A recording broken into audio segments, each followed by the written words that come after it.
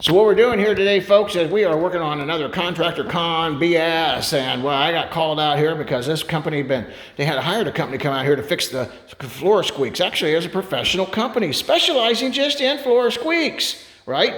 But apparently they are more about conning people than they are actually doing any of the fix. Now, you can fix these floors. You definitely can. And you can fix the squeaks. And I got a lot of videos in regards to this. But what we really have here is this house has been so wet. You can't get it. The whole house is squeaking, not just the floor, the whole house, everywhere you're going. And it's because the house has been it's been wet for long periods of time. I've discovered that by looking up underneath my vents. You can pull your vents up here. I'm not going to do it right now because of the short time of the video here, but you can see the water stains. You can see the water stains underneath the floor. You can see it in the darndest places where this water stains are. So I could tell them that it's not just underneath where wet areas like kitchens or baths are at, but it's just all over. So the whole floor has been wet and wet, where it's stained. You know, just because the floor gets wet, don't mean it stains. It just means it, but if it's been wet for a long period of time, then that creates a stain.